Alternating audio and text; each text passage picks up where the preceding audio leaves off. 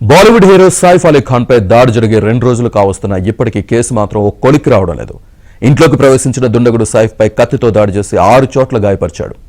ఆటోలో లీలావతి ఆసుపత్రికి తీసుకెళ్లడంతో ప్రాణాపాయం తప్పింది. ప్రస్తుతం సైఫ్ పరిస్థితి బాగానే ఉందని వైద్యులు చెబుతున్నారు. అయితే ఇప్పటికీ నిందితుడు పోలీసులకు చిక్కకుండా తప్పించుకుని తిరుగుతున్నాడు. ఈ నేపథ్యంలో సైఫ్ పై దాడి చేసిన వ్యక్తికి సంబంధించిన కొత్త ఫోటోను పోలీసులు విడుదల చేశారు.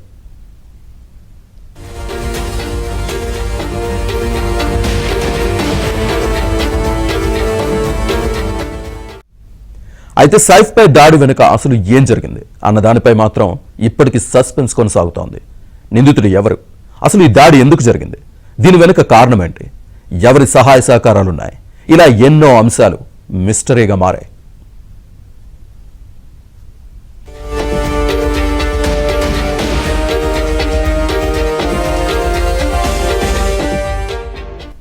అసలు దుండగుడు ఎలా వచ్చి ఎలా తప్పించుకున్నాడు అన్న ప్రశ్న అందరి మెదళ్లను తొలిచేస్తోంది. బాంద్రాలోని సంపన్నులు ఉండే ప్రాంతంలో సైఫ్ అలీ ఖాన్ నివాసం ఉంటున్నారు.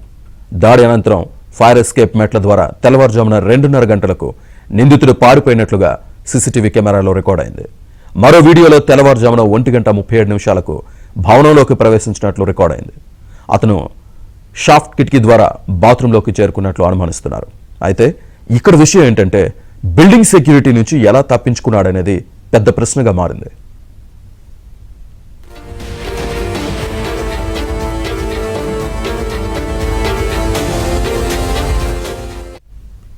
ఇంట్లోకి ప్రవేశించి సైఫ్ అలీ ఖాన్ పై దాడి చేసిన వ్యక్తి మళ్లీ ఆ ఇంటి నుంచి ఎవరికంటా పడకుండా తప్పించుకున్నాడు. అతను గదిలోకి ప్రవేశించిన షాఫ్ట్ కిటికీనే మళ్లీ ఉపయోగించాడా, లేదా అతనికి ఎవరైనా సహకరించారా అనేది మరో ప్రశ్నగా మారింది.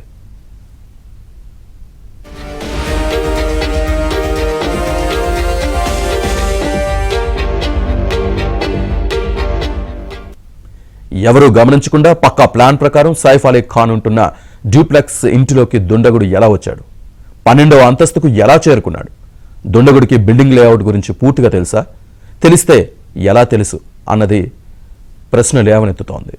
బిల్డింగ్ లేఅవుట్ గురించి తెలుసుకోవాలంటే దుండగుడికి 2 మార్గాలున్నాయి. అతను అంతకుముందు ఆ బిల్డింగ్లోకి వచ్చి ఉండాలి, లేదా ఈ ఇంటి గురించి పూర్తిగా తెలిసిన ఎవరైనా అతడికి సమాచారం ఇచ్చి ఉండాలి. ఈ రెండిటిలో ఏం జరిగిందన్నది మరో ప్రశ్న.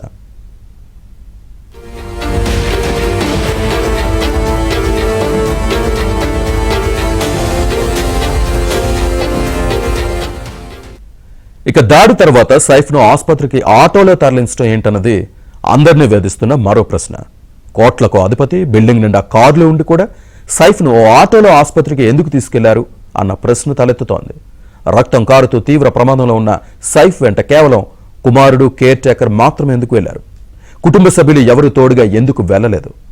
కారు డ్రైవరే నిందితుడు కావడంతో ఆటోలో ఆసుపత్రికి తరలించారా? కుటుంబ సభ్యులు ఎవరు తోడుగా ఎందుకు వెళ్లలేదు అన్న ప్రశ్నలు తలెత్తుతున్నాయి.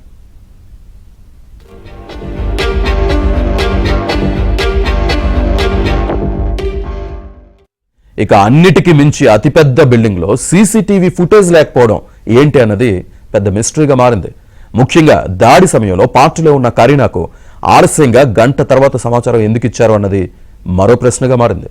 సైఫ్ పై దాడికి ఇంటి పని మనిషికి మధ్య ఏదో లింక్ ఉందన్న గాసిప్స్ వెలువడుతున్న నేపథ్యంలో దుండగుడు దొంగతనం అంటూ అసలు సంగతి బయటపడకుండా సైఫ్ కుటుంబం కట్టుకథ అల్లుతోందా అన్న ప్రశ్నలు తలెత్తుతున్నాయి.